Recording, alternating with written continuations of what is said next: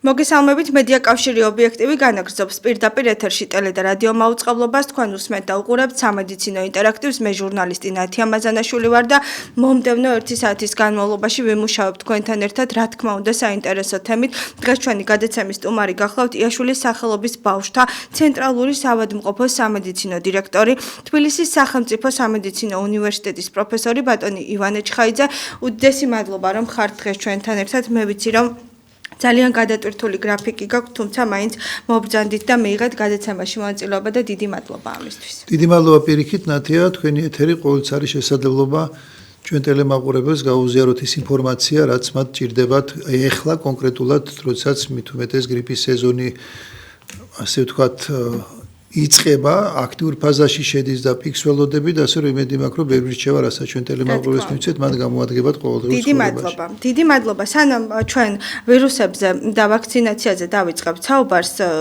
ძალიან კარგი სიახლეები გაქვთ იაშვილის ბავშვთა ცენტრალურ საავადმყოფოში.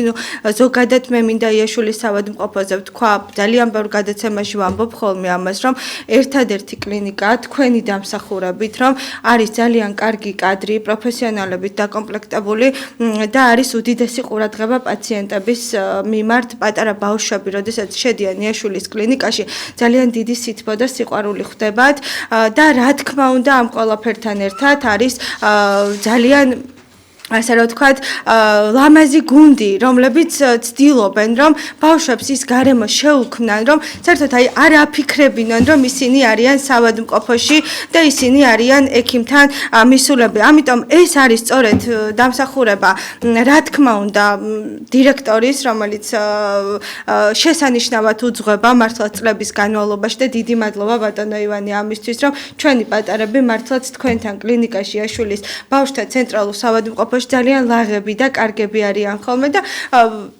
კიდევ არის ერთი ის რომ ძალიან ბევრი გამოჯანმრთელებული ბავშვი გამოდის თქვენი კლინიკიდან. სიახლეები გაქვთ როგორც ვიცი მაგნიტორეზონანსული ტომოგრაფიის აპარატი არცად საქართველოში არც ერთ პედიატრიულ კლინიკაში არ არის და ამ კუთხით იაშვილის კლინიკამ სიახლეს შემოგთავაზა და უფრო დეტალურად რომ დიდი მადლობა ნათია პირველ რიგში ალბათ მართლაც ესია მთელი ჩვენი გუნდი რა აქვს მნიშვნელობა ადმინისტრაციის წარმომადგენელი იქნება ექიმები საშუალო სამედიცინო პერსონალი ჩვენი მთავარი მიზანი სწორედ ეს არის ბავშვი რომელიც მოხვდება ჩვენ საავადმყოფოში ნაკლებად გრძნობდეს თავს უცხო გარემოში და მაქსიმალურად ვეცადეთ აი ამ სარემონტო სამუშაოების მიმდინარეობისას სწორედ ესეთი შინაურული და მიახლოებული სახლთან გარემო შეგვექმნა და ჩვენი მთავარი მიზანი სწორედ ეს არის ყველა პაციენტი რომელიც მოხვდება იაშვილში წავიდეს კმაყოფილი გამოჯანმრთელებული და ეს უნდა იყოს ალბათ ერთ-ერთი მთავარი ამოცანა ყველა ექიმის და ყველა იმ ადამიანის რომელიც ჩვენს კლინიკაში მუშაობს სიახლეები რა თქმა უნდა ბევრი გვაქვს თუმცა გამორჩეული და ერთ-ერთი ყველაზე მთავარი ეს არის სწორედ რაც თქვენ აღნიშნეთ მაგნიტორეზონანსული ტომოგრაფიული კვლევა ეს არის ყველაზე თანამედროვე ყველაზე ეფექტური და ძალიან ხშირად ბოლო შესაძლებლობა სწორი დიაგნოზის დასმის სამწუხაროდ საქართველოში წლების განმავლობაში არ იყო შესაძლებლობა ბავშვთა საავადმყოფოში ჩაგვეტარებინა ეს კვლევა ჩვენ სარგებლობდით მოზრდილთა საავადმყოფოს აპარატით ეს გარკვეულწილად ბევრ პრობლემასთან იყო დაკავშირებული ტრანსპორტირების პრობლემა მოზრდილთა საავადმყოფო არ არის მზად მაგალითად ახალშობილს გაუწიოს ანესთეზიოლოგიური მომსახურება და ესეც სერიოზული დაბრკოლება იყო საბედნიეროდ ჩვენი ძალიან მნიშვნელოვანი სიახლეებიდან ალბათ ეს იმიტომ არის ყველაზე მთავარი რომ ჩვენ ამით შესაძლებლობა მივეცით ყველა ბავშვს, ყველა კლინიკა საქართველოში თუ მათ ჭირდებათ მაგნიტორეზონანსული ტომოგრაფია დიაგნოზის დასმისთვის ნებისმიერი სიმძიმის პაციენტი, ნებისმიერი ასაკის პედიატრიული პაციენტი, ჩვენი პერსონალი ტრენირებულია, მზად არის ის აპარატი რომელიც დგას ჩვენთან ასევე თავსებადია ხელოვნური სუნთქვის აპარატთან რომელიც ბავშვებისთვის შეიძლება იყოს გამოყენებული ვინაიდან ხშირად მაგნიტორეზონანსული ტომოგრაფიული კვლევა ანესთეზიის ფონზე ტარდება და ესეც ერთ-ერთი სერიოზული პრობლემა იყო ასე რომ ეხლა ყველა დაბრკოლება მოხსნილია და ნებისმიერ ბავშვს ნებისმიერ ექიმს რომელსაც აქვს სურვილი მის პაციენტს ჩაუტარდეს ეს მაღალტექნოლოგიური კვლევა შეუძლია მოგმართოს და დარწმუნებული იყავით რომ ის პასუხი რასაც მიიღებს იქნება მაღალი დონის სპეციალისტის მიერ პასუხგაცემული ჩვენი ექიმი, რადიოლოგი, სულ ახლა დაბრუნდა ორკვირიანი მივლინებიდან ევროპიდან და კიდევ ერთხელ სწორედ ამ თემაზე მუშაობდა 2 კვირის განმავლობაში ჩვენს კოლეგებთან ერთად პრაღაში იყო ეს ჩეხეთში იყო ეს მივლინება და ფიქრობთ რომ ამ თვალსაზრისით ჩვენ ნამდვილად შეგვიძლია დღეს შევთავაზოთ ჩვენს პატარა პაციენტებს კვლევის მეთოდი, რაც მათთვის არის ხშირ შემთხვევაში გადამწყვეტი. ასევე რამდენიმე სიახლე გვაქვს ქირურგიულ სერვისთან დაკავშირებით, ჩვენ ეთერამდე ვსაუბრობდით, რომ ერთ-ერთი პრობლემა საქართველოში იყო ეპილეფსიის მკურნალობა ქირურგიული გზით. და ესეც ერთ-ერთი სიახლეა, როგორც ვიცი, ეპილეფსიის ქირურგია, რომელიც იაშულის კლინიკამ დანერგა. დიახ, ეს არის ის შემთხვევა, როდესაც ბავშვებთან პირველი რიგის პრეპარატების კომბინაცია ანტიეპილეფსიურ პრეპარატებს გულისხმობ არის უშედეგო და მათ უგრძელდებათ გულყრა, უგრძელდებათ ამ დაავადების სხვადასხვა კლინიკური გამოხატულება. ჩვენ უკვე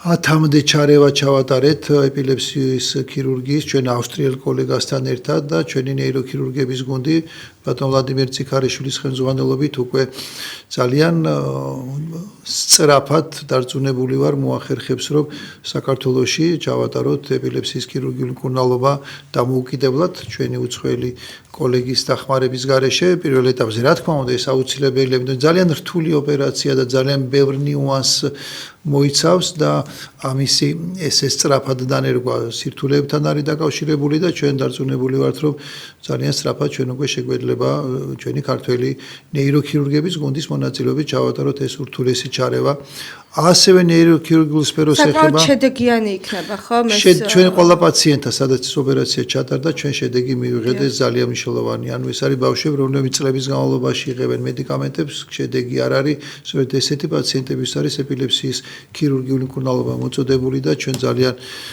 მნიშვნელოვნად მიგვაჩნია რომ საქართველოში მკურნალობის ეს მეთოდი დაინერგა ასევე მაინტერესებს ცისძაღვთა თანდაყოლილი ანომალია, რომელიც არის ასევე სიახლე და გვთავაზობს იაშულის ბავშვთა ცენტრალური სახელმწიფო ამ კუთხითაც ძალიან კარგ სიახლეებს. ესეც ალბათ კიდევ ერთი მაღალტექნოლოგიური და უნიკალური ჩარევა არის. უნიკალური იმ თვალსაზრისით, რომ ის დაავადება, რასაც თქვენ ეხლა კითხულობთ, ეს არის ეგრეთ წოდებული გალენის ვენის მალფორმაცია, ანუ ცისძაღვთა თანდაყოლილი ანომალია, ეს ცისძაღვი თავის ტვინშია განთავსებული და მისი ანომალიური მდგომარეობა სერიოზულ პრობლემებს უქმნის ბავშვს და ესეთი შემთხვევებში თუ არ ჩატარდა ოპერაციული მკურნალობა, ლეტალობამ შეიძლება ძალიან მაღალ ციფრებს მიაღწიოს 100%-მდეც კი. ამიტომ საქართველოში ამ დაავადების მკურნალობა 2024 წლამდე შეუძლებელი იყო, მაგრამ აქაც ჩვენი ნეიროქირურგების გუნდი, კერძოდ ბატონი მირზა ხინიკაძის ხელმძღვანელობით უკვე მე-14 ოპერაცია ჩაატარა ამ გუნდმა წინა კვირაში 14 ოპერაციული ჩარევა 14-ვე წარმატებული ყველაზე მცირე ასაკის პაციენტი 35 დღის იყო გუშინ წინ უკვე პაციენტი რომელთანაც 10 თვის ასაკში ჩატარდეს ოპერაცია ასევე ვადასტურებთ რომ ეს ოპერაცია წარმატებულია 14 ჩარევა მართლა ძალიან ბევრია პრაქტიკულად ყველა ბავშვი სადაც შეიძლებოდა ამ დიაგნოზის დასმა დიაგნოსტიკაც საკმაოდ რთულია და საჭიროებდა ოპერაციულ მკურნალობას უკვე საქართველოში ამ მკურნალობას იღებს წარმატებულად და საქართველო ამ ხრივ არის გამონაკლისი ქვეყანა კავკასიის რეგიონში არ ჩვენს მეზობელ ქვეყნებში ესეთი ოპერაციული ჩარევა არ ტარდება იშვიათი ეს პათოლოგია სისძაღვთა ანომალიებს შორის 1%-ზე ნაკლები მაგრამ თუ გადახედავთ ამ სტატისტიკას 14 შემთხვევა წელიწად ნახევრის განმავლობაში ნამდვილად არ გახლავთ ცოტა ასე რომ ჩვენ 14 ბავშვს შეუნარჩუნეთ სიცოცხლე და მივეცით მას შესაძლებლობა შემდგომი განვითარებისა და ზრდის ასე რომ ამ თვალსაზრისით ესეც ალბათ სიახლეა რომელსაც აუცილებლად ჭირდება შესაბამისი აღნიშვნა ძალიან კარგი ეს არის ერთ-ერთი უმთავრესი ხერხემლის ქირურგიაზეც მინდა გკითხოთ ეს ხერხემლის ქირურგია დიახ სწორედ აღნიშნეთ ესეც ქირურგიული სფეროა ჩვენ ორი განსხვავებული მიმართულება გვაქვს ამ სახის ქირურგიაში ერთი ხერხემლის და მეორე გულმკერდის ორივე დეფორმაციებია ხერხემლის მძიმე დეფორმაციებისა და გულმკერდის მძიმე დეფორმაციების მკურნალობა ასევე მიეკუთვნება იშვიათი ჩარევების და რთული ოპერაციების კატეგორიას ჩვენ ხერხემლის ქირურგია ბატონ ირაკლი ვარძუგაშვილის ხელმძღვანელობით შეგვიძლია ჩავთვალოთ რომ სრულიად თანამედროვე დონეზეა განვითარებული და ის შედეგები რაც ბატონ ირაკლისა და მის გუნდს აქვს არის მართლაც წარმოუდგენლად კარგი ყველა პაციენტთან შედეგია მიღებული ყველა ოპერაცია დაასრულდა მნიშვნელოვანი გართულებების გარეშე და ყველა ბავშვი, რომელმაც ეს მართლაც სერიოზული და ძალიან მძიმე ოპერაცია ჩაიტარა, აბსოლუტურად სრულფასოვანი წევრია ჩვენი საზოგადოების ყველა თვალსაზრისით.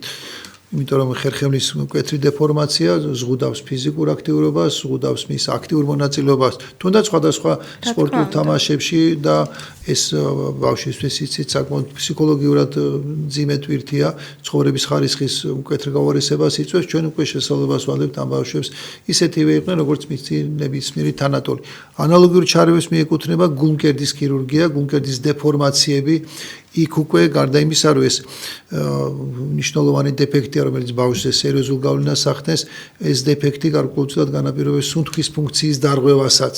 ასე რომ წარმატებული გულმკერდის ქირურგიული ოპერაციული ჩარევები, ბატონ ლევან ხანაშვილისა და მისი გუნდის ხელმძღვანელობით ასევე გვაძლევს შესაძლებლობას ეს განვითარების ანომალიაც დროულად ჩავერიოთ და მკურნალობის თვალსაზრისით ეს უალტერნატივო მკურნალობა არ არსებობს სხვა საშუალება გარდა ქირურგიულისა ესეთ პათოლოგიის მკურნალობის, ამიტომ ამ ხრივადაც ჩვენი ქირურგები აკეთებენ იმას, რაც ნებისმიერი კლინიკამ შეიძლება გააკეთოს დასავლეთში, ნებისმიერი დონის სამედიცინო ცენტრმა და ჩვენ ძალიან ვამაყობთ, რომ ეს ორი ურთულესი ქირურგიული ჩარევა, ხერხემლისა და გულმკერდის მანკების კორექცია შესაძლებელია იაშვილის კლინიკაში. ნამდვილად და ალბათ კიდევ გექნებათ სიახლეები სამომავლოდ, რომელზეც მუშაობთ, ხო? სიახლეები გვექნება, ჩვენ ძალიან დიდი გეგმები გვაქვს პირველ რიგში თქვენ გარემო აღნიშნეთ იაშვილის და ჩვენ ერთი დეპარტამენტი იყო დარჩენილი სრულიად მთელი შემადგენლობით მთელი 6-ვე სართული რო გვეთქვა რომ იაშვილი არის თავიდან ბოლომდე გარემონტებული ერთი სართული საჭიროებდა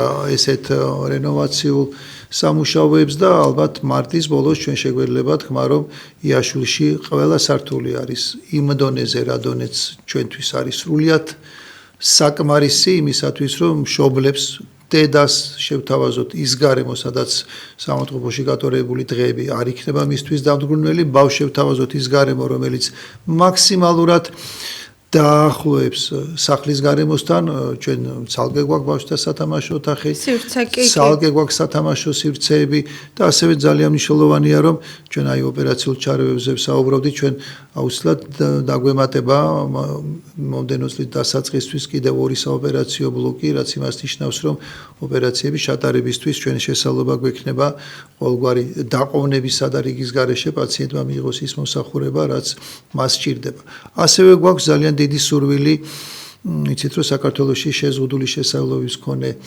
ბავშვებისთვის სამწუხაროდ ძალიან ხშირად გართულებული ამ სერვისის მიღება სტაციონარის პირობებში ამიტომ ჩვენ გადაწყვეტილი გვაქვს ჩვენი პერსონალის გადამზადება ამ ბავშვებს განსაკუთრებული მოვლა განსაკუთრებული ყურადღება განსაკუთრებული ტრენირებული სტაფი ჭირდება ამიტომ ჩვენ გეგმავთ ექიმებისა და ექიმების გადამზადებას, რომ ჩვენი გუნდი იყოს მზად იმისათვის, რომ სხვადასხვა პათოლოგიის პირველ რიგში გულისხმობ ბავშვებს, რომლებიც აუტიზმის სპექტრით არიან დაავადებული, ბავშვებს, რომელსაც სჭირდებათ განსაკუთრებული მოვლა და განსაკუთრებული ყურადღება, შევთავაზოთ მას სერვისი და ალბათ ჩვენ 2026 წლისთვის გავაკეთებთ ამ განაცხადს, რომ იაშვილის კლინიკამ მზად არის მიიღოს ყველა ის ბავშვი, სადაც ფიქსირდება ესეთი ტიპის დარღვევები და მათთვის გარემოც შეიქმნება განსხვავებული და რასთავარი ადგილზე დახვდება ის პერსონალი, რომლისთვისაც ეს პაციენტი არ იქნება უცხო და მას ეცოდინება თუ როგორ მართოს, როგორ მოუაროს და როგორ უკმაოს. ნამდვილად საჭიროა, იმიტომ რომ დღეს დღევანდელ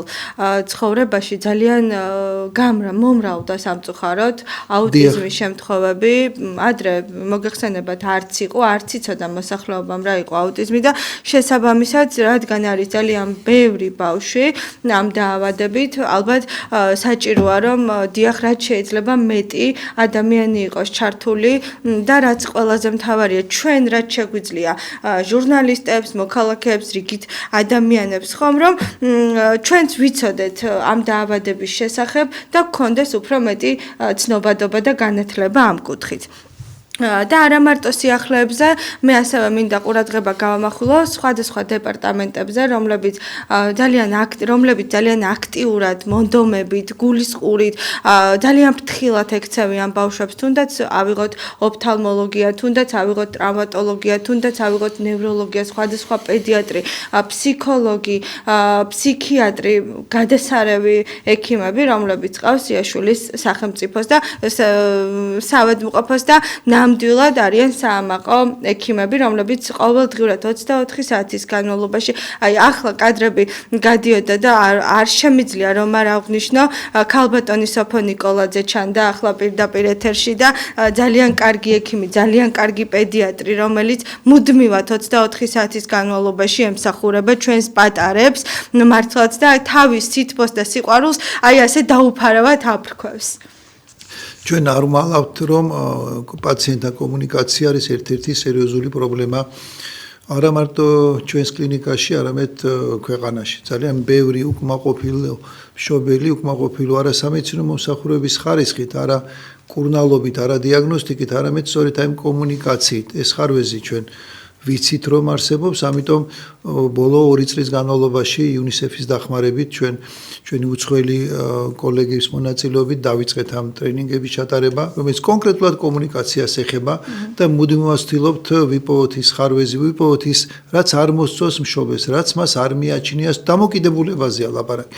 ამიტომ ჩვენთვის ეს ნაწილი საავადმყოფოში ყოფნის, საავადმყოფოში მკურნალობისა და მართვის არანაკლებ მნიშვნელოვანია, ვიდრე დროული დიაგნოსტიკა ან მაღალხარისხიანი მედიკამენტით მკურნალობა. ამიტომ ჩვენ ძალიან ვცდილობთ, რომ ყველა დონეზე, ყველა ეტაპზე, როდესაც პაციენტი ხვდება საავადმყოფოში, ეს იქნება emergency, ეს იქნება თუნდაც რეგისტრატურა, ეს იქნება თუნდაც საშუალო სამედიცინო პერსონალი, მისი მკურნალი ექიმი, მორიგი ექიმი, იყოს დამოკიდებულება ისეთი, რომელიც კატეგორიულად გამორიცხავს გულგრილ დამოკიდებულებას, რომელიც კატეგორიულად გამორიცხავს ბავშვისადმი არაკეთილ განწყობილ დამოკიდებულებას, მშობლისადმი თუნდაც რაღაცით დამამცირებელი, შეურაცხმყოფელი, არასათანადო ახსნა, არასათანადო კომუნიკაცია, თუნდაც ყოველ კითხვასთან მშობელს შეიძლება უამრავი კითხვა ჰქონდეს.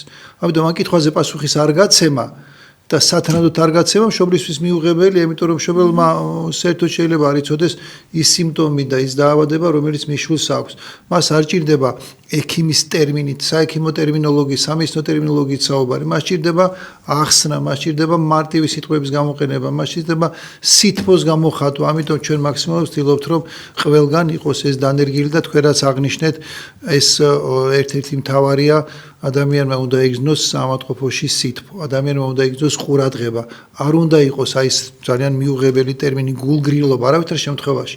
ამიტომ ჩვენ ძალიან ვაკონტროლებთ აი ამ კომუნიკაციის სხვადასხვა სფეროს და გვაქვს კიდეც დანერგილი ესეთი მეთოდი საავადმყოფოდან გაწერის შემდეგ პაციენტს ურეკავს, ეს ანონიმურია და შესაბამისად კითხულობს რა არ მოეწონა მომსახურებაში, პირობებში, ექიმის, ექთნის დამოკიდებულება და ასე შემდეგ დეტალი, ყველა დეტალი გვაინტერესებს. შემდეგ ხდება ამ დეტალების განხილვა და ყველა დეპარტამენტმა იცის სად ჰქონდა მას ხარვეზი, სად ჰქონდა მას რაღაც მშობლისთვის მიუღებელი დამოკიდებულება.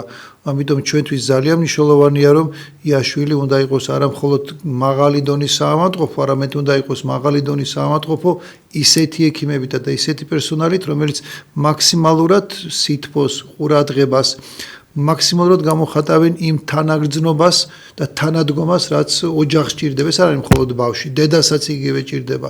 ნებისმიერი წევრი ოჯახის, რომელიც საავადმყოფოშია და ბავშვს უვლის, ისიც საჭიროებს ყურადღებას. ამიტომ ჩვენ გვინდა რომ ყველა ის ახალი რეკომენდაცია, რომელიც ეხება კომუნიკაციის მეთოდებს, ყველა ის სწავლების განსხვავებული ფორმები, კომუნიკაცია არ არის მარტივი, ამას ძალიან ბევრი მიმდინარეობა აქვს, ძალიან ბევრი ნიუანსია, რომელსაც სწავლა ჭირდება და ეს არ არის ხანმოკლე დროის განმავლობაში შესასრულებელი ამოცანა. მუდმივად გჭირდება ჩვენ განათლება, მუდმივად გჭირდება განვითარება, ამიტომ ჩვენ ყველაფერს ვაკეთებთ იმისთვის, რომ ყველა ადამიანმა, ყველა ექიმმა გამოხატოს სწორედ ესეთი დამოკიდებულება პაციენტის მიმართ და ჩვენგან პაციენტი წავიდეს გამოჯანმრთელებულიც და და კმაყოფილიც. კმაყოფილიც. აი ორივე უნდა იყოს კი.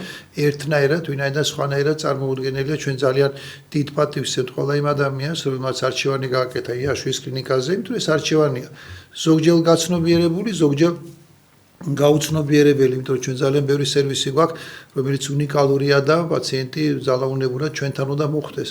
მაგრამ ჩვენთვის ეს პაციენტიც, ნებისმიერი პაციენტიც უნდა იყოს განსაკუთრებული. აი ყველა პაციენტს უნდა შევხედოთ ისე, როგორც უნიკალურ პაციენტს, ყველას თავისი პრობლემა აქვს, ყველას თავისი დარდი აქვს, ყველას თავისი დამოკიდებულება აქვს მისი შვილის ავადმყოფობის მიმართ, ასე რომ ძალიან გვინდა რომ ჩვენ ვიყოთ პაციენტის მშობლისთვისაც ამ ხრივ სანიმუშო და ის კლინიკა, სადაც იმ სითბოს და ის დამოკიდებულებას იგრძნობენ, რაც მათთვის მნიშვნელოვანია, თუნდაც ორდღიანი დაყოვნების პირობებში. რა თქმა უნდა და ამისთვის ძალიან დიდი მადლობა თქვენ კიდევ ერთხელ. ახლა რაც შეეხება ვირუსებს, რაც არის დღეს გავრცელებული ჩვენს ქვეყანაში, მომართვიანობამ თუ მოიმატა ბატონო ივანე? მომართვიანება მოიმატა და წლევანდელი წელი ამ ხრივ გამორჩეულია, ვინაიდან მწვავე რესპირაციული ვირუსული ინფექციების და მათ შორის, რა თქმა უნდა, გრიპის შემთხვევები ძალიან ადრე გამოჩნდა ქვეყანაში. ოქტომბრის თვეში, ოქტომბრის მეორე ნახევარში, მაშინ როდესაც ჩვენ იმ სტატისტიკის მიხედვით, რასაც დაავადებათა კონტროლის ეროვნული ცენტრი გვადლევს, გრიპის შემთხვევებს ველოდებით ნოემბრის დასაწყისში, ნოემბრის ბოლოს. ეს არ არის საქართველოსის დამახასიათებელი, მხოლოდ წლევანდელი წელი ამ ხრივ გამორჩეულია. გვაქვს მოცირკულირებული ვირუსებს შორის ახალი ტიპის ვირუსი, H3N2 ტიპის ვირუსი, ეგრეთ წოდებული ჰონკონგის ვირუსი, რატომ არის ახალი ტიპის, იმიტომ რომ ეს არის ის ვირუსი, რომელმაც გარკვეული მუტაცია განიცადა 2025 წლის ივნისის თვეში, 7 სხვადასხვა მუტაცია დააფიქსირეს ვირუსოლოგებმა, რაც აძლევს ამ ვირუსს შესაძლებლობას იყოს უფრო იოლი გადამდები. იოლი გადამდებლობა ავტომატურად ნიშნავს უფრო მეტ ინფიცირებულ ადამიანს, რაც არის კიდეც ახლა საქართველოს პირობებშიც თუ სტატისტიკას გადახედავთ, დაავადებათა კონტროლის ეროვნული ცენტრი უკვე მესამე კვირა აფიქსირებს, რომ გრიპის ვირუსი გახდა ქვეყანაში დომინანტური. ძალიან ადრეა ნოემბრის ბოლოდან დაწყებული ესეთი დომინაცია გრიპის ვირუსის ყოველთვის იანვრის, თებერვლის თვეში ხდება ხოლმე. ჩვენთან ეს ახლა დაიწყო ნოემბრის ბოლოს, დეკემბრის დასაწყისში. ეს იმას ნიშნავს, რომ გრიპის შემთხვევები ბევრია და ამ გრიპის შემთხვევებს შორის ჩვენი მოსახლეობა ძალიან ხშირად ამ გრიპს ღორის გრიპს ეძახის, მაგრამ ახლა უნდა აღვნიშნოთ, რომ ღორის გრიპის, ანუ H1N1 ტიპის ვირუსი ძალიან ცოტაა და უმრავლესი შემთხვევები სწორედ H3N2 ტიპის ვირუსი, ანუ ჰონკონგის ვირუსია. არაფერი განსხვავება ვირუსებს შორის არ არის. პაციენტისთვის, ადამიანის არანაირი მნიშვნელობა არ აქვს მას, ღორის გრიპი აქვს თუ ჰონკონგის გრიპი. საერთოდ არანაირი განსხვავება ორივე შემთხვევაში რთულად მიმდინარეობს. ორივე შემთხვევაში გრიპია, ორივე შემთხვევაში ატიპის ვირუსი, ორივე შემთხვევაში იმიტომ გვეშინია გრიპის, რომ მიმდინარეობს მძიმედ, ოღონდ არა ყოველთვის. ესეც მინდა აღვნიშნო. საერთო სტატისტიკა გვითვლენებს, რომ გრიპის შემთხვევების რაღაც 60% ეგრეთებული თვითლიმიტირებადი შემთხვევა. ანუ გაქვთ ინფიცირებული, ხართ ინფიცირებული, მაგრამ ეს არ არის მაღალი ტემპერატურა, აქ სჭირდება სპეციალური მკურნალობა და თავისით გაივლის ეს დაავადება რამდენიმე დღეში ყოველგვარი ჩარევის გარეშე. თუმცა დანარჩენი 40%, რაც ძალიან ბევრია. როდესაც აი თქვა რინოვირუსზე ვლაპარაკობთ, რინოვირუსი 100%-ში თვითლიმიტირებადია. ანუ რინოვირუსი, ანუ გაციების გამომწვევი ვირუსი 100%-ში გაივლის ყოველგვარი დამატებითი მედიკამენტური მკურნალობის გარეშე.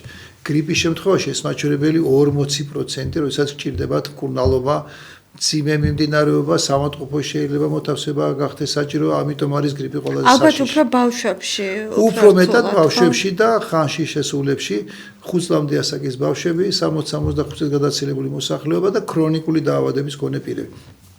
ქრონიკული დაავადება პირველ რიგში სასუნთქის სისტემის ხრივ, შეიძლება იყოს ასთმა, ფირის ქრონიკული ობსტრუქციული დაავადება, შეიძლება იყოს ქრონიკული ბრონხიტი, ეს არის ის პრობლემები, რომლის დროს ამ ვირუსით ინფიცირება ამ მწვავეს მდგომარეობას ანალოგიური ეხება გულის ქრონიკულ პათოლოგიას, ღვიძლის ქრონიკულ პათოლოგიას, სიმსუქნეს დიაბეტს და ასე შემდეგ. ანუ ქრონიკული დაავადება ავტომატურად ნიშნავს, რომ ეს ფენა ჩვენი მოსახლეობის უნდა იყოს განსაკუთრებით ფრთხილად გრიპით ინფიცირების შემთხვევაში და ამიტომ ვაქცინაციის დროს სწორედ ეს ჯგუფი არის პირველი პრიორიტეტული ჯგუფი და ჩვენ ყოველთვის ვამბობთ, რომ როდესაც ვაქცინაციას ვიწყებთ, პირველ რიგში ეს ეხება რისკი ჯგუფებს. ბავშვები, ორსულები, 60 წელს გადაცილებული მოსახლეობა, ქრონიკული დაავადების მქონე პირები, მათთვის რისკი გართულების, საავადმყოფოში მოხვედრების, მდგომარეობის დამძიმების არის ძალიან მაღალი. ეს მაღალი ცხელებით მიმდინარეობს ეს აუცილებლად ძალიან სწორად აღნიშნეთ ყველაზე განმასხვავებელი ნიშანი მაღალი ცხელება. აი მაგალითად 40-მდე შეიძლება ხომ რომ ტემპერატურა ის შემთხვევები რომლებიც ახლა ჩვენს კლინიკაშია ბავშვები რომლებიც კურნალობენ გრიპის გამო აბსოლუტურ უმრავლესობაში 39-ზე მეტია ტემპერატურა. თან ყველაზე მნიშვნელოვანი ეს არის დაუმორჩილებელი ტემპერატურა. უეცრად დაწყებული 39-39.5 მისცა დედამ სწორად მისცა სიცხის დამწემა 2-3 საათის შემდეგ ისევ მოიმატა ტემპერატურა. ეს კლასიკური მიმდინარეობაა გრიპისთვის, დაუმორჩილებელი ცხელება, მაღალი ცხელება თავის ტკივილთან, ყელის ტკივილთან, სახსრებისა და კუნთების ტკივილთან, ხველასთან ერთად, საერთო სისუსტესთან, უმადობასთან ერთად არის გამოხატულება იმ სიმძიმის, რაც გრიპს ახასიათებს, ამიტომ ჩვენ ყოველთვის განსაკუთრებულ ყურადღებას სწორედ გრიპის ვირუსს უთმობთ და ეხლა მით უმეტეს ჩვენ ალბათ დეკემბერი, იანვარი, თებერვალი გვექნება ესეთი ანუ უფრო მატებას ველოდებით, ხო? ველოდებით მატებას, პიკი რთულია პროგნოზი როდის იქნება და სავარაუდოდ ალბათ ჩვენ ესე ვთვლით იმის გათვალისწინებით რომ ადრე დაიწყო წელს ვირუსის ცირკულაცია დეკემბრის ბოლო ალბათ უფრო მეტად იანვრის თვეში მოვა პიკი ასე რომ ძალიან მნიშვნელოვანია რომ თუ ვინმეს არ ჩაუტარებია ვაქცინაცია ან არ გეგმავს რისკი ჯგუფებს ჯერ კიდევ დრო არის რისკი ჯგუფების და თუ არ აპირებთ და რაღაც მიზეზის გამო არ იკეთებთ ფრთხილად იყავით საზოგადოებრივ ტრანსპორტში ფრთხილად იყავით სავაჭრო ობიექტებში ნიღბის ტარება ხელების ჰიგიენა, დისტანცირება ალბათ ერთ-ერთი მთავარია, რაც ესე დროს უნდა გამოვიდეთ. ბატონო, თქვენ აღნიშნეთ, რომ როდესაც აი ეს ახალი ვირუსი, ეს იქნება ღორის გრიპი თუ მეორე ვირუსი, არ აქვს მნიშვნელობა, მიმდინარეობს მაღალი ტემპერატურით, მშობელი, რა თქმა უნდა, სახლში ვერ გაარჩევს, რომელი ტიპის ვირუსია, რომელი გრიპია, ხო? ანუ რა უნდა გააკეთოს ამ შემთხვევაში, თუ დაუშვათ 2 დღე ხედავს, რომ აი ეს დაუმორჩილებელი ტემპერატურა, როგორც თქვენ ბრძანეთ, მაშინვე უნდა წაიყვანოს პედიატრთან თუ მაშინვე უნდა გამოიძახოს სასწრაფო დახმარების ბრიგადა და გადაიყვანოს საავადმყოფოში. ეს არის ყველაზე მთავარი კითხვა და ყველაზე ხშირად დასმული კითხვა და დიდი მადლობა ამ კითხვისთვის. როდესაც ჩვენ ვლაპარაკობთ ბავშვებზე და როგორ უნდა მოიქცეთ გრიპის შემთხვევაში, ისევ დაუბრუნდები რისკი ჯგუფების განმარტებას. ბავშვებში რისკი ჯგუფები ეს არის 5 წლამდე ასაკის ბავშვები. აი ამ ბავშვებისთვის არანერი დალოდინი, არანერი ლოდინი, არანერი ნახოთ ხვალდაზეგრა იქნება არ არსებობს. იმიტომ ვიკითხე ბოდიშით რომ გაწყვეტინებთ რომ ზოგიერთი მშობელი თვითნებურად მკურნალობს ხოლმე სახლის პირობებში ძვრიანი წინდით და ასე შემდეგ სხვადასხვა ხალხური მეთოდებითაც კი აი ძალიან ბევრ სხვადასხვა ტიპის ვირუსს. ამიტომ მაინტერესებს რომ აი კატეგორიულად ვუთხრათ მშობლებს რომ როდესაც აი ასეთი დაუმორჩილებელი ცხელება ვითარდება და განსაკუთრებით ახლა, როდესაც არის ძალიან მაღალი და ბევრი შემთხვევები გრიპის ვირუსის, ესე იგი საჭიროა რომ მაშინვე წამოიყვანოს თავისი პატარა, თუ პატარა ყავს მით უმეტეს, არ არის საჭირო ლოდინი, წაიყვანოს კლინიკაში და იქ მოხდეს ექიმების მეთვალყურეობის ქვეშ მისი გამოჯამთარება. 5 წლამდე ასაკის ბავშვებისთვის სწორედ ეს არის ყველაზე სწორი გადაწყვეტილება, ექიმთან ვიზიტი ან ექიმის გამოძახება, ნებისმიერ შემთხვევაში სპეციალისტის კონსულტაცია არის აუცილებელი პირველი 24 საათის განმავლობაში. რატომ ამბობთ პირველ 24 საათს? ჩვენ როდესაც სხვა ტიპის ვირუსზე ვლაპარაკობთ, იქ ყოველთვის გვაქვს რაღაც პერიოდი, 3 დღე თუ სიცხე ექნება, შემდეგ მიმართეთ ექიმს. ესეთიც ხშირად შეიძლება მოისმინოთ პედიატრისგან ან ოჯახის ექიმისგან გრიპთან დაკავშირებით, ეს არ არის სწორი. არ არის სწორი, იმიტომ რომ გრიპის შემთხვევაში ჩვენ გვაქვს შესაძლებლობა ეფექტური ანტივირუსული მკურნალობის ჩატარების. ანტივირუსული საშუალება ხელმისაწვდომია ძალიან დიდი ხანია ქვეყანაში გამოიყენება და ძალიან კარგი პრაქტიკა აქვს ქართველ პედიატრებს და ინფექციურ დაავადებათა სპეციალისტებს, ოჯახის ექიმებს მისი გამოყენების, ოღონდ ამ პრეპარატს პირდაპირ უწერია გამოყენების რეკომენდაციაში. მისი ეფექტურობა განსაკუთრებით მაღალია პირველი 48 საათის მანძილზე. არ წერია რომ 72 საათის შემდეგ ან თუნდაც მესამე, მეოთხე, მეხუთე დღეს ეფექტური არ არის, მაგრამ მაღალია. ეს იმას ნიშნავს, რომ თუ თქვენ რისკი ჯგუფებს მიეკუთვნებით, საჭიროა სწორედ პირველ 24 საათში მიმართოთ პედიატრს, ან იმ ექიმს, რომელიც თქვენი ბავშვის მდგომარეობას მართავს და ექიმმა მიიღოს გადაწყვეტილება დაიწყებს თუ არა ამ პრეპარატს. ეს პრეპარატი არ არის ყველა ტიპის ვირუსის საწინააღმდეგო. ეს მხოლოდ გრიპის ვირუსის საწინააღმდეგო ეს ერთი და მეორე ეს პრეპარატი არ არის გრიპის ყველა შემთხვევაში დანასანიშნი. არ ნიშნავს თუ თქვენ გრიპი გაქვთ, აუცილებლად უნდა დაიწყოთ ეს პრეპარატი, მაგრამ აქ არის საუბარი მდგომარეობის სიმძიმეზე, აი თქვენ რაც აღნიშნეთ, დაუმორჩილებელი ცხელება. ყოველ 3 საათში ცხელება მატულობს, ყოველ 4 საათში უწევს რაღაც ღონისძიების ჩატარება ან ყოველ 6 საათში დამწევის მიცემა ეს მძიმე მიმდინარეობა. თუ ამას ახლავს გახშირებული სუნთქვა, კვეთრად გამოხატული ხველა, სუნთქვის უკმარისობის გამოვლინება, შეიძლება ფილტვის ანთებაზე მიუთითებს ესეც მძიმე მდგომარეობა. თუ ამ პერიოდში ბავშვს არ შეუძლია სითხის მიღება, ესეც მძიმე მიმდინარეობა. ამიტომ ყველა ექიმა იცის, რომ უნდა შეაფასოს ბავშვის მდგომარეობა და ესეთ პაციენტებთან მძიმე და პროგრესირებად ესე უწერია ამერიკის დაავადებათა კონტროლის ცენტრს, როდის უნდა გამოიყენონ ანტივირუსული. თუ პაციენტი ჰოსპიტალიზებულია, ანუ იმდენად მძიმეა მდგომარეობა, რომ სამავთყოფოში მოხვდა, აუცილებლად უნდა დაიწყოს სამავთყოფოს პირობებში ანტივირუსული პრეპარატი, თუ ბავშვი ბინაზია, აუცილებლად უნდა დაიწყოს ეს პრეპარატი, თუ მდგომარეობა პროგრესირებს, თუ მდგომარეობა არის მძიმე და თუ ეს ეხება რისკის ჯგუფის წარმომადგენელს. ამიტომ არ ვამბობთ, რომ ყველა შემთხვევაში უნდა დაიწყოს ანტივირუსული პრეპარატი, ვამბობთ, რომ დაავადების დაწყებისთანავე რისკის ჯგუფებისთვის 5 წლამდე ასაკის ბავშვები, ქრონიკული დაავადების მქონე პირები, 60 გადაცილებით და ასე შემდეგ ამ ჯგუფების წარმომადგენლება უმჯობესია პირველივე 24 საათის განმავლობაში მიმართონ. ამ ვირუსით ვინც არიან დღეს კლინიკაში მოთავსებული ბავშვები, ბატონო ივანე, თუ იყო დაგვიანებული შემთხვევები და თუ გადავიდა მაგალითად უკვე პნევმონიაში, ანუ ფილტვის ანთებაში და მალე გადადის თუ არა ეს ახალი ვირუსი, რომელიც თქვენ ბრძანეთ ფილტვის ანთებაში.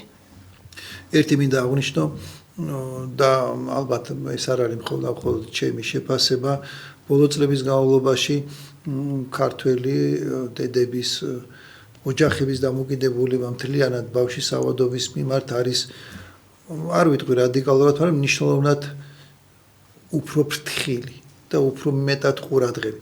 ძალიან იშვიათია დაგვიანებული მიმართვიანობა და მე არ მახსენდება ეხლანდელ აი ბოლო 2-3 კვირას თუ შევაფასებთ პაციენტ, რომელიც ჩვენთან სამავთყოფოში მოხვდა და რომელიც დაავადების მე-5-მე-6 დღეს შემოვიდა.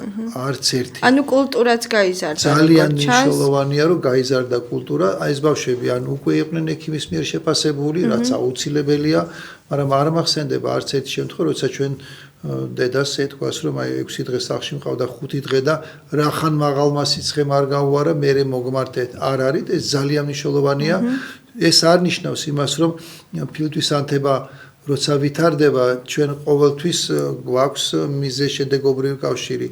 დაგვიანებული მიმართვიანობა და ამიტომ ფილტვის ანთება სრულებითაც არ არის ესე, შეიძლება სახლშივე დაავადების დაწყების პირველივე დღეებში განვითარდეს ფილტვების ანთება, ასე რომ ამიტომ ექიმა აუცილებლად უნდა ამიტომ ექიმა უნდა შეაფასოს და ამიტომ ვამბობთ, რომ გრიპი იმიტომ არის საშიში, რომ მისთვის ესეთი გართულებები ფილტვების მხრიდან, ცენტრალური ნერვული სისტემის მხრიდან, გულის მხრიდან არის დამახასიათებელი ლეტალობაც გრიპი გახლავთ ვირუსი, რომელიც წლის განმავლობაში მსოფლიოში 100,000 ადამიანის სიცოცხლეს შეიწირავს ყოველწლიურად, ამიტომ ეს არის დაავადება, რომელსაც ძალიან უფრთხილ და განსაკუთრებით მცირე ასაკის ბავშვებისთვის ყველა მშობელმა უნდა გაითვალისწინოს. და ასევე მე მინდა რომ მშობლებს განუმარტოთ, რატომ არ მოქმედებს ანტიბიოტიკი ვირუსზე და რას ნიშნავს თვითნებურად დანიშნული მშობლის მიერ ბავშვისადმი ანტიბიოტიკი, თავადვე შერჩეული ანტიბიოტიკის ჯგუფი, მშობელმა ხომ არ იცის, აი მაგალითად რომელი ჯგუფის ანტიბიოტიკია, ეს არის ფართო სპექტრის, არ არის ფართო სპექტრის და მოქმედებს თუ არა საერთოდ ამ ვირუსზე, ხო? ანუ ზოგიერთი ადამიანი შეიძლება პირველივე დღეს ეხმარობდეს ანტიბიოტიკს, რადგან ბავშვს სიცხე მისცა, ხო? და ჩაუქროს და არ გადაუვიდეს ანთებაში, ხო? აი მე მინდა რომ მშობლებს განუმარტოთ თქვენ, რატომ არ უნდა მივცეთ ვირუსის დროს ანტიბიოტიკი თვითონ. აქ ალბათ გავაერთიანებ ამ პასუხს თქვენ წინა კითხვაში ასევე იკითხეთ თვითნებური მკურნალობა რა შეიძლება იყოს ბინაზე მშობლის მიერ და ვარქვათ ესე თვითნებურად გამოყენებული და რა არ შეიძლება. აქ ალბათ ერთი მთავარი რაც უნდა აღინიშნოს, ყველაზე გამოხატული ნიშანი რაც გრიპს აქვს, ეს არის მაღალი ტემპერატურა და თავის ტკივილი, ყელის ტკივილი, სახსრების ტემპერატურა და ტკივილი. ამიტომ მშობელს თავისუფლად შეუძლია ნებისმიერ ადამიანს მოსდესაც სახლში გამოიყენოს ტკივილის საწინააღმდეგო და ტემპერატურის საწინააღმდეგო საშუალება. ეს არ საჭიროებს ექიმის რეკომენდაციას, ექიმის შეფასებას, ძალიან კარგად იციან ჩვენი პაციენტების მშობლებმა რა საშუალება შეიძლება იყოს გამოყენებული, რა დოზით შეიძლება იყოს გამოყენებული და რაც მთავარია ეს გარკვეული ხარვეზი არის ამ შეფასებაში, მაგრამ ინტერვალი როგორი უნდა იყოს დაცული. როცა შევლაპარაკობთ რა შეცდომა შეიძლება დაუშვას მშობელმა ბინაზე, ეს არის ინტერვალის არ დაცვა. ორი მიცემა სიცხის დამწევი ან ტკივილის საწინააღმდეგო საშუალების უნდა იყოს ერთმანეთისაგან 6 საათის ინტერვალით განხორციელებული, მინიმუმ 6 საათის. ამიტომ მაღალი სიცხე აქვს 2 საათი გავიდა, არ დაუწია და მაინც მეში დამწევი. რომ სხვადასხვა ჯგუფის წამალს აუნაცვლებენ ერთმანეთს რომ თუ ერთ მიცემაზე იბუპროფენი მივეცი და მეორე შემთხვევაში პარაცეტამოლი, ეს არ არის დარღვევა, იმიტომ რომ არ არსებობს მედიკამენტი, რომელსაც გვერდით მოვლენა არ აქვს. თუმცა ჩვენ შეგვიძლია ხო ბატონო ივანე ამ დროს დაუშვათ გავაგრილოთ ბავშვი ოთახის ტემპერატურის სწორედ ის რაც შეიძლება თამამად იყოს გამოყენებული, ამას ჩვენ ესე ვეძახით ტემპერატურის დამწევი ფიზიკური მეთოდები, ოთახის ტემპერატურის ზრდით, ყველა დანარჩენი რაც ჩვენ ძალიან კარგად ვიცოდით 10, 15 და 20 წლის წინ მაგალითად სპირტით დაზელა, მაგალითად ძბრიანი წინდები და ასე შემდეგ უამრავი საშუალებაა.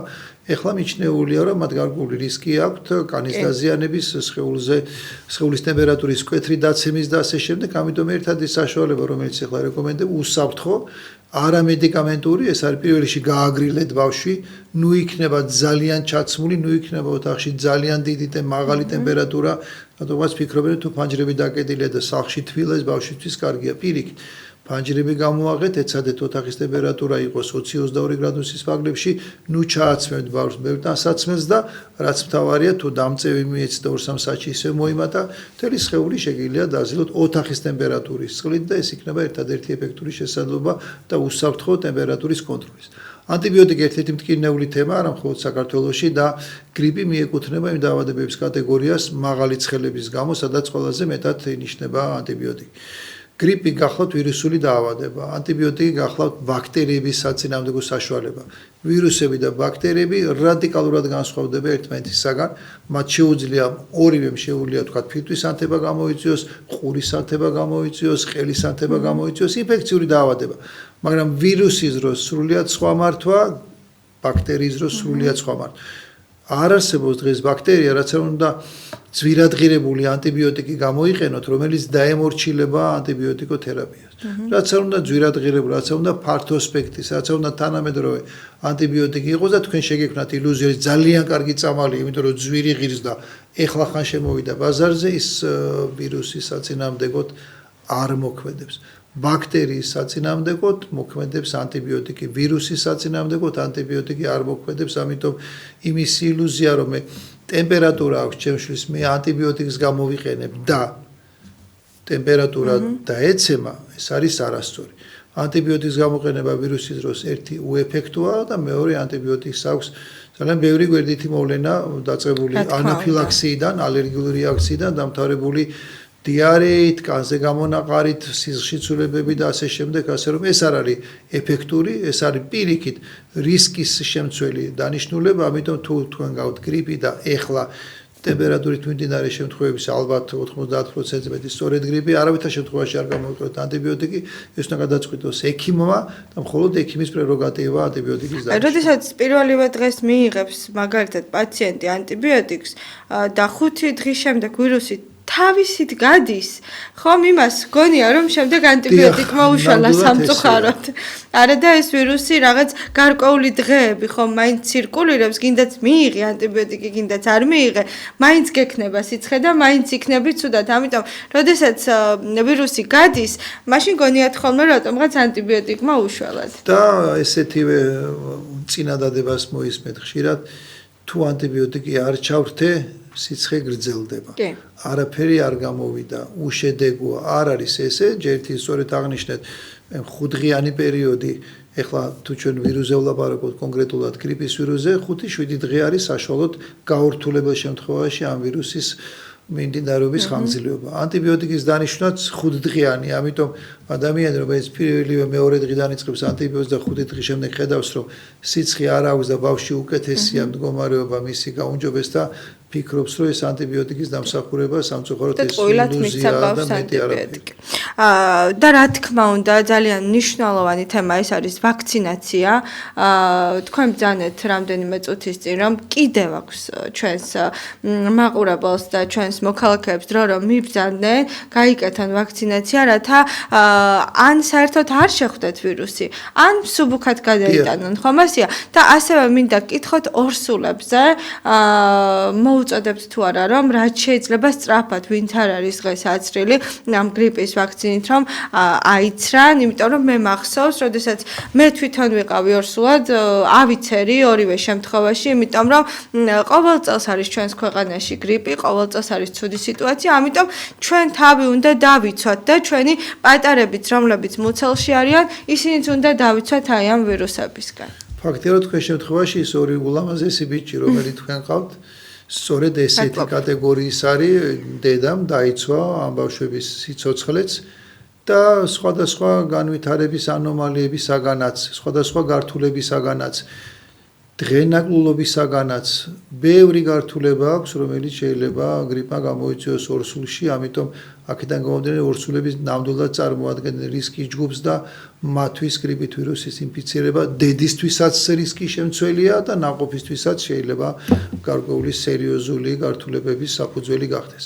ამიტომ ჩვენ, როდესაც ვლაპარაკობთ ვაქცინაციაზე, ისევ და ისევ პირველ რიგში ჩვენ არ ვამბობთ ეს უნივერსალური.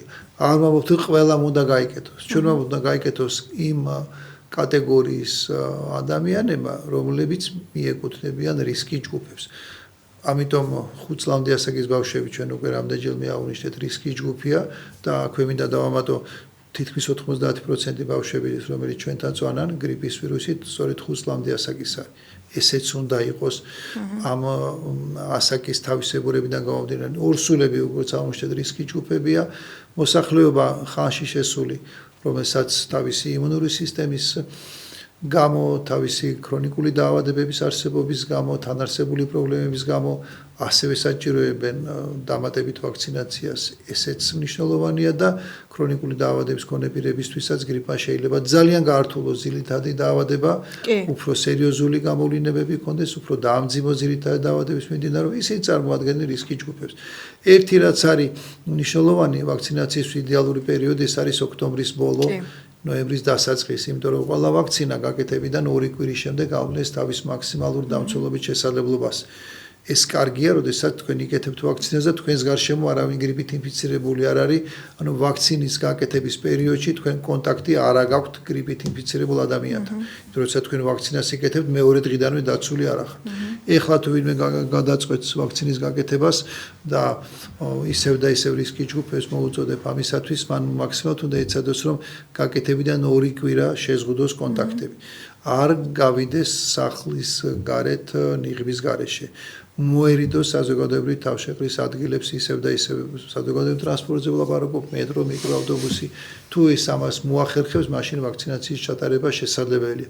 თუ ვერ მოახერხებს, მაშინ ალბათობა იმისი, რომ თქვენ ეხლა ხუთშაბათს გაიკეთეთ ვაქცინა, უნიღბოდ გახვედით გარეთ და პარასკევს, შაბათს ან ორშაბათს შეხვდათ გრიპი, არის ძალიან მაღალი.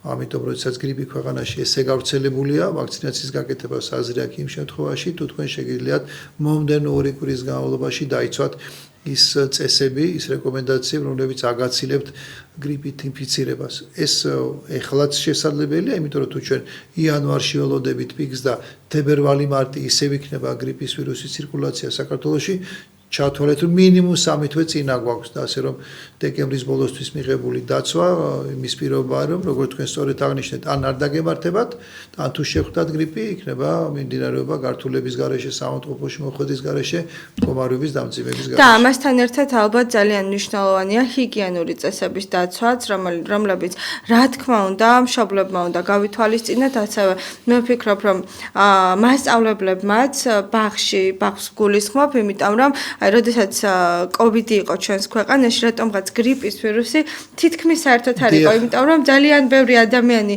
ვიცავდით წესებს, ნიღაბს ვიკეთებდით ხელს ძალიან მალმალე ვიბანდით და ამიტომ აი ამანაც რაღაცა კუთხით გადაგვარჩინა ის პერიოდი, რომ ეს გრიპის ვირუსმა თითქოს რაღაც პერიოდით თავი დაგვანება, ხო? ამიტომ ბავშვებმა რომ მალმალე დაიბანონ ხელი, დეზინფექცია ჩავიტაროთ, ალბათ ამასაც რაღაც გარკვეულად დიდი მნიშვნელობა აქვს. 2021 წელს საქართველოში ორი შემთხვევა დაფიქსირდა გრიპის ვირუსის. გამახსენდა კი. ეხლა ჩვენთან 1 საათის განმავლობაში შემოდის მარტო ერთ საავადმყოფოში იაშუის კლინიკაში 2 პაციენტი გრიპის ვირუსით, ასე რომ რა თქმა უნდა ის პერიოდი იყო გამონაკლისი არა, გრიპთან დაკავშირებით გამონაკლისი, ადვილად ახსნადი, როდესაც ჩვენ ძალიან გვეშინოდა კორონავირუსის და ძალიან მკაცრად ვიცავდით აი ამ რეკომენდაციებს, რა თქმა უნდა, მაშინ გრიპის ვირუსის გავრცელებაც იყო მინიმალური. ამიტომ ჰიგიენა, რასაც თქვენ ამბობთ, ეს არის ალბათ ერთ-ერთი მთავარი. ჰიგიენაში ჩვენ გულისხმობთ ხელების ხშირ დამუშავებას, ყველაზე კარგი იქნება თბილი წყლითა და საპნით დაბანა, ერთი დამატება აქვს მინიმუმ 30 წამის განმავლობაში, სხვადასხვა სადეზინფექციო საშუალებების გამოყენება, ოთახის ხშირი განიავება, მაგიდების საოფისე სივრცის დალაგება სველი წესით და ასე შემდეგ, ყველა ეს ძალიან ეფექტურია და შესაბამისად თუ ჩვენ ამ ღონისძიებებს კიდევ ერთხელ გავიხსენებთ, როგორ ვიქცეოდით კორონავირუსის დროს, ალბათ მინიმუმ მომდენო ერთი თვე იქნება ძალიან მნიშვნელოვანი, რომ ჩვენ ესე დავიცვათ. დიახ, 4 წუთი ვრჩება გადაცემის დასრულებამდე და აუცილებლად მინდა დავსვა ორი კითხვა. ბატონო ივანე, რა თქმა უნდა, ჩვენს ქვეყანაში ჩვენი ახალი წელი მოდის და ჩვენი პატარები არიან გახარებულები, თუმცა მე მინდა კითხოთ პიროტექნიკაზე, იმიტომ რომ ძალიან ხშირად ცუდი შედეგით სრულდება ხოლმე და იაშულის ბავშვთა ცენტრალური საავადმყოფოც რა თქმა უნდა ბევრ პაციენტს იღებს პიროტექნიკისგან დაზარალებულს, რას მოუწოდებდით მშობლებს, რას ეთყობთ? შარშან პირველი წელი იყო, ალბათ ბოლო 10 წლის განმავლობაში, როდესაც ჩვენთან არ შემოსულა პიროტექნიკით დაზარალებული პაციენტი, მძიმე დაზარალებული. ამიტომ მე გარკვეულმა აგრძალვებმა ძალიან დიდი როლი ითამაშა და ფიქრობ ძალიან სწორი გადაწყვეტილება, ვინაიდან პიროტექნიკა ისე როგორც ჩვენ ვიყენებდით მას არის კატეგორიულად ძალიან დიდი რისკის შემცველი და კატეგორიულად მიუღებელი. ამიტომ პიროტექნიკა არ არის ის, რომელსაც ჩვენ ჩვეულებრივ სახლის პირობებში გამოვიყენებთ, მათ იმდენად დეტალური და იმდენად ზედმიწევნით რთული სხვათა შორის წესები აქვს, როგორ უნდა განთავსდეს რამდენი მეტრის მოშორებით, როგორ უნდა იყოს მიწაში ჩაფლული და ასე შემდეგ, რომ შესრულება პრაქტიკულად შეუძლებელია. ამიტომ მოვერიდოთ პიროტექნიკას. გასაგებია, რომ ახალ წელს ხმაური და ფეიერვერკები ყველას უყვარს, მაგრამ შევხედოთ იმ ფეიერვერკს, რომელიც იქნება ქალაქში და არანაირი ვალდებულება, რომ სახლიდან გავუშვათ და ჩვენი ბავშვის ჯანმრთელობა ამ ხრივ რისკის ქვეშ დავაყენოთ, ნამდვილად არ არის. ნამდვილად და 1 წუთი გრჩება და მე მინდა რომ დღევანდელი ჩვენი გადაცემა შევაჯამოთ და მშობლებს მიმართოთ.